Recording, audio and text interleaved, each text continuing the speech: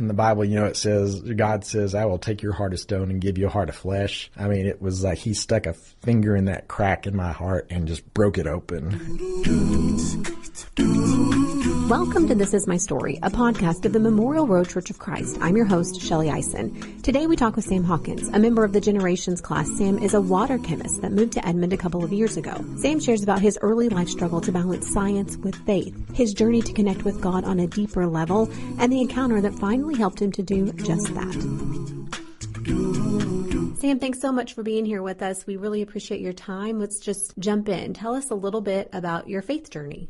Sure. So I grew up in a small town in Texas called Jacksboro, and my parents were very active in the Church of Christ there. My mother's very proud of the fact that before I could read, I could quote scriptures, and so grew up very tied to that. It was a neat little church. A lot of young families at the time whenever I was growing up, and so they're active in Bible classes. I remember one of my Bible class teachers, her name was Teeny, and she's this little bitty Italian woman, and it was her greatest pride in life to teach young people about Jesus. And actually, she had several of us that were in her Bible class be her pallbearer at her funeral later in life. So grew up very connected to church, very involved in learning, and very competent in Scripture, because that was it was a priority growing up there. It's kind of funny because I'm very analytically minded, and so I started having kind of some struggles with faith pretty early. So I remember 7th grade in my science class, it was taught by Mr. Gilbreth. We were studying some of the early experiments from the 50s, and one of the things we went over was the Miller-Urey experiment. If you're not familiar with it, it was an attempt for them to recreate what they thought were the original conditions of the Earth, and they're trying to prove the origins of life. And so they had this enclosed system, and they put all these gases in there, and then they sent electricity through it to simulate lightning. And what they came out with was these amino acids, which are the building blocks of proteins, and they said, see, this is where life began. And nothing in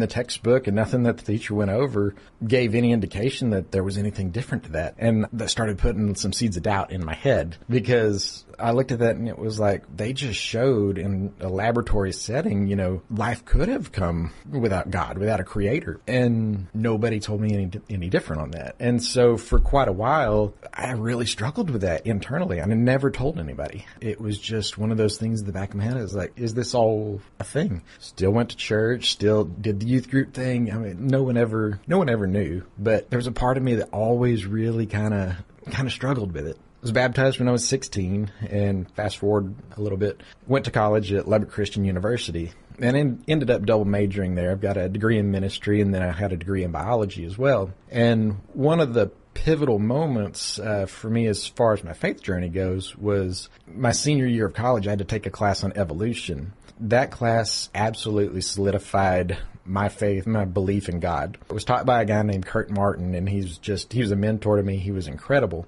And so he taught that class where you had to learn what you needed to pass your professional exams, whether it's going to be the GRE or the MCAT or whatever. But he said, but we're looking further into the science, and we're going to see what the true story is, and showed that a lot of things that the scientific community puts forth are flawed whenever it comes to evolution. And one of the things we talked about was the Miller-Urey experiment, and showing the design flaws in that experiment, and the conclusions that they came to were actually very much, they were invalid as far as what they put forth in the way that it was just presented. There's no question of this. This is correct. And he said, no, actually, it's come out very clearly that the things that they've said and the conclusions they've come to, they're invalid.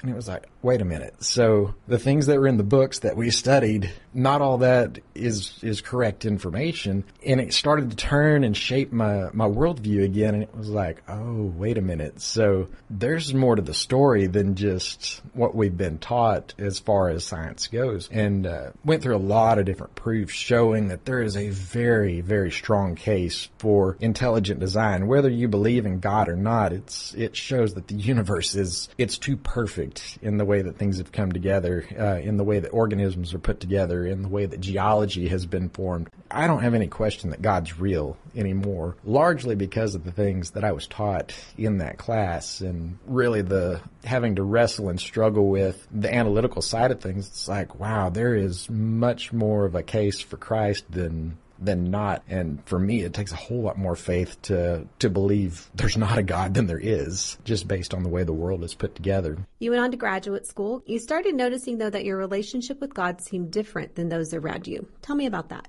You would think, oh, wow, that's just great, and life would just go on wonderful from there. But began really noticing, like, I don't have this same, like, I don't feel like I have the relationship that a lot of people have talked about that they have with God. And further along that, life went and everything, I'm looking around at people that are friends and mentors and people in the church, and there just seems to be like this vibrant connection with God, and you can tell like they're in this strong, it's a relationship. And I was like, I don't have any of that. Honestly, I'm kind of like, it feels just kind of dead inside. I absolutely believe God is real, but why do I not feel connected to him? And it really started to impact like me internally. It's hard to have a belief in your God and in your creator and not feel like you have that relationship with him. And so I really just started getting a lot more cold, I guess, inside. It just felt like that gap got wider and wider and wider as time went on. And that was really, it was really difficult to reconcile that. It's like, God,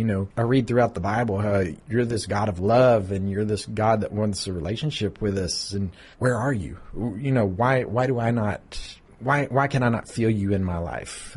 Those prayers kind of got a little bit more desperate until they didn't. And it was just kind of, I don't know if you would call it just kind of an acceptance that, well, I guess this is just how my walk is. And really that hurt because I want what these other people have. I want that relationship. I desire that. And I feel like I'm just being kept at an arm's length. Some really good friends of mine, they were very encouraging to me throughout that time because, it really was kind of hard to walk that path. And they said, there's this thing. Have you heard of Walk to Emmaus before? Maybe. It's a retreat movement and everything, and it's basically kind of just a weekend short course in Christianity and the love of Christ. They tried encouraging me to go on this for quite a while, and I was kind of resistant to it. And finally, they caught me at a moment, and they were like, "There's one coming up. We really want you to go on this." And I was like, "Okay, I'll do it."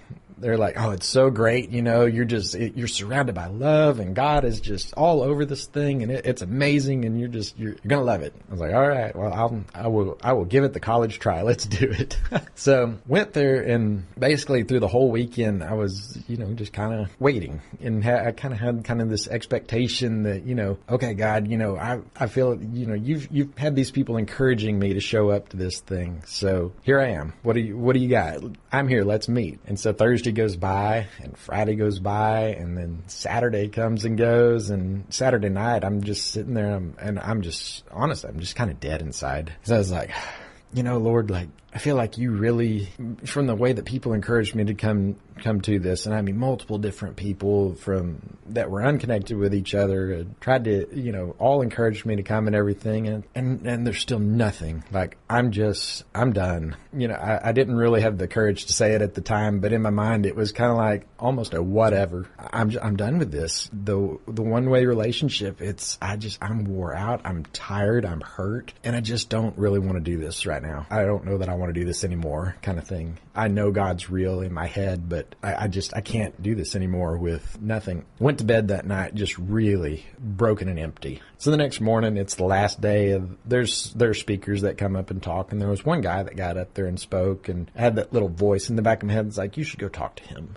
Like, we'll see. So we finally came to a break, and I was like, all right, I'll tease this out. We'll see. So I walked out into the hallway to go visit with him. Well, he was not there. And I went to check one of the other rooms where most people were hanging out, and like, he's not there either. And I was like, well, that's about par for the course. I'm going to get through this the rest of today, and then I'm done. I'm really finished.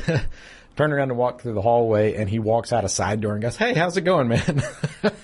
And I was, I think I need to talk to you. So we stepped into one of the side rooms, and, I don't really remember the exact details of that conversation, but I do remember distinctly at one point, now, I've never met this guy before. He didn't know me from Adam. I didn't know him. And it was one of those moments that one of my friends described as he read my mail. So we were talking and kind of going through, kind of what we have right now, some of my background and growing up. And I was just telling him how, I'm dead inside and I don't know what to do. And he looked at me square in the eye and he goes, "You have unforgiveness in your heart, don't you?" And I just kind of stopped because nothing about that had come up in conversation, and kind of reflected for a minute. And I was like, I kind of do. And he goes, "Tell me about it." When I was 19, I was a freshman at college and everything. I'd taken a trip with some people. I was going to go out to East Texas to visit some friends, and a buddy of mine was a pilot. And so he was like, "Hey, me and my wife have this friend. We're going to fly her out to Shreveport, but I can drop you off on the way and we'll just split the fuel and call it good." And I was like, "Oh man, yeah, that's great. That'll save a lot of time and it'll be good." They dropped me off, and long story short, the plane didn't make it back. They passed away in that return trip. What most people never knew from that story was that following week, in the preparation for the funerals and everything, the woman they had taken out for her birthday, her mother caught up with me. And I know it was a moment of grief for her, but she basically said, "If it wasn't for you, my daughter would be alive." As a 19-year-old kid, that really I didn't know how to handle that. And it led to, I don't know if you would call it depression or what, but ended up throughout my college years, I struggled with, I've used painkillers to help numb that hurt that had sown in me, and really had kind of numbed myself to the world. Looking back on it, I'd see that I numbed myself to God as well in that process. In that moment, whenever he kind of put a name to it, you have unforgiveness. And we started exploring back to, oh my goodness, that's the root of all this. God had my head, but because of this, it blocked me allowing him to have my heart too. And he put his arms around me and he prayed over me, and, he made me stand there and vocally say that, I forgive for that moment. And not only her, that I forgive myself for going through that, for what I put myself through in there, for all that. And that moment was, it was real, where in the Bible, it says, God says, "I will take your heart of stone and give you a heart of flesh." I mean, it was like he stuck a finger in that crack in my heart and just broke it open. The weight that fell off was amazing. I couldn't believe what I'd been carrying up to that point, because it was probably 9 years at that point that all this had built up. I was just a shell of a person. And so in that moment, we moved out into the hallway, and everyone else had started the next session. And it was almost like, God's funny sometimes. It was almost like he was giving me a little nod, because they started singing in there. And I just remember it clear as day, the song "Just As I Am." And I finally realized what that song means, because, he wasn't waiting on me to get things right or perfect in my life. He was just waiting on me and all the things that I had messed up on, and trying to deal with things on my own and not truly turning back to him when and how I should. And like I said, through all this, I've got a degree in ministry. Like, I should know these things. And it didn't matter, because he's saying, I'm here with open arms. I welcome back. I've been waiting for you for so long. I mean, I remember the exact moment just like it was yesterday. Just such a turning point. I can't hardly get through.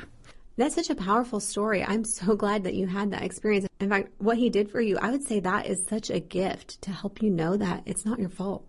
Yeah, exactly. I mean, it was, I mean, there's not even real good words to describe that release of letting go of all that. Yeah, it gives you, like you said, that crack, and then he can start to get in there, and you can start to feel. That was kind of where things really turned around for me as far as my faith went, because just like that, it's like, oh my goodness, I do feel that relationship now. It was just waiting to be able to break that shell off to where God could just flood in. I wish I could say like, oh man, and life has just been wonderful ever since. There's been a lot of things, very hard things since that moment. Some of the things that I've walked through, I never would have imagined I would deal with in life. I've had, betrayals from friends. I've dealt with a boss that took advantage of a lot of things and really did me very wrong throughout the process. I went through a cancer scare where and I didn't have it, by the way, thank the Lord, but for about 8 or 9 days, we didn't know. walked through a situation where I had two different people commit felonies against me, and just the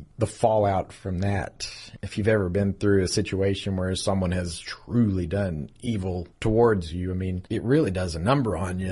And none of those things are easy to walk through. And having that relationship with God didn't really make those things easy. But throughout the rest of that, even throughout those processes, there was still hope, because it's like, yeah, I mean, I've gone through these awful, awful things, but I've still got a God that's right there beside me. And some of this stuff is not going to be okay, but I've got a relationship with God now, and it doesn't make it okay. It makes it to where you can continue to walk forward. Not every day is a happy day, but you start to see that separation between happiness and joy, because there are a lot of days that are not happy days, and that's okay.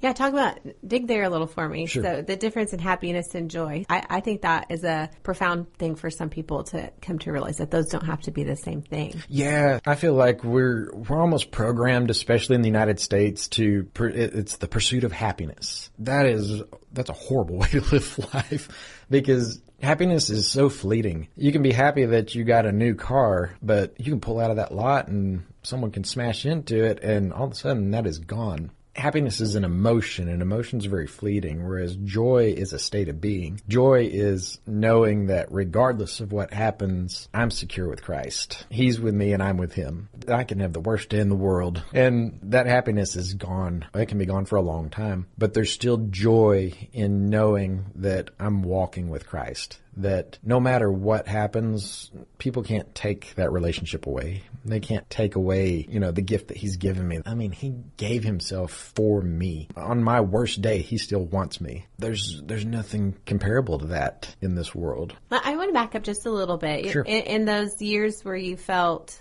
like you just couldn't connect, if you were to talk to somebody now who was struggling with that same sort of feeling, like it's just not there. People have this, they feel close to God, but I don't feel it. I don't know if I'm going to have that. What would you say to somebody who's maybe in that place right now? It's kind of hard to know what to actually say to someone in that situation. The pretty answer is like, well, just keep moving forward. God's going to be there and everything. I would say there's probably some work that needs to be done there too, though. What do you feel like is keeping you from having that relationship? Is it something that's happened in your life? Is it something that you've done in life? Is there a sin that you need to repent from, or that you need to confront? Unforgiveness is a huge thing, and that was the thing that ultimately I was dealing with, and it took someone pointing it out to me. In that case, not even like a sin you did, it was like a hurt you experienced. Sure, yeah. It was kind of the fallout from that trauma that started that. And a lot of people have that in their past and have never had the opportunity to really confront it. Find someone that can help you work through some of these things and move forward, move through, move from, and grow from them. You're single, and you say that God has really given you a sense of peace about that. There was a time where I was very self-conscious about getting older and being single. And God's kind of revealed to me, it's like, maybe I'll bring you a wife, maybe not. But that doesn't mean you can't be effective right where you are. And so that spoke to me strongly and gave me a lot of peace in my life stage. You mentioned Just As I Am earlier. We're calling this podcast, This Is My Story, sort of a play on that hymn, and also just a chance to share everybody's stories. And so I want to ask, do you have a favorite hymn? It could be that one that you already talked about, or do you have any that you would call your favorite? That one is probably the one, just because of how strongly tied to my story it is. And honestly, it is just one of the best written, as far as lyrics go, it is one of the best written songs that's out there. The other one would be It Is Well. The story behind that song is so powerful, and even through the midst of trial and struggle, to be able to have that peace to say, it is well with my soul. That is beautiful. That is amazing. Mm-hmm. It is. It's a beautiful song. I agree. We are so grateful to Sam Hawkins for sharing his story with us. As we close out this episode, we want to thank those who are helping behind the scenes. Those we've mentioned before, and Simon Ross, Andrew Poteet, Andrea Rieger, and Mackenzie Werner have all played a role in making this happen. And we thank you for listening. We'll see you next time.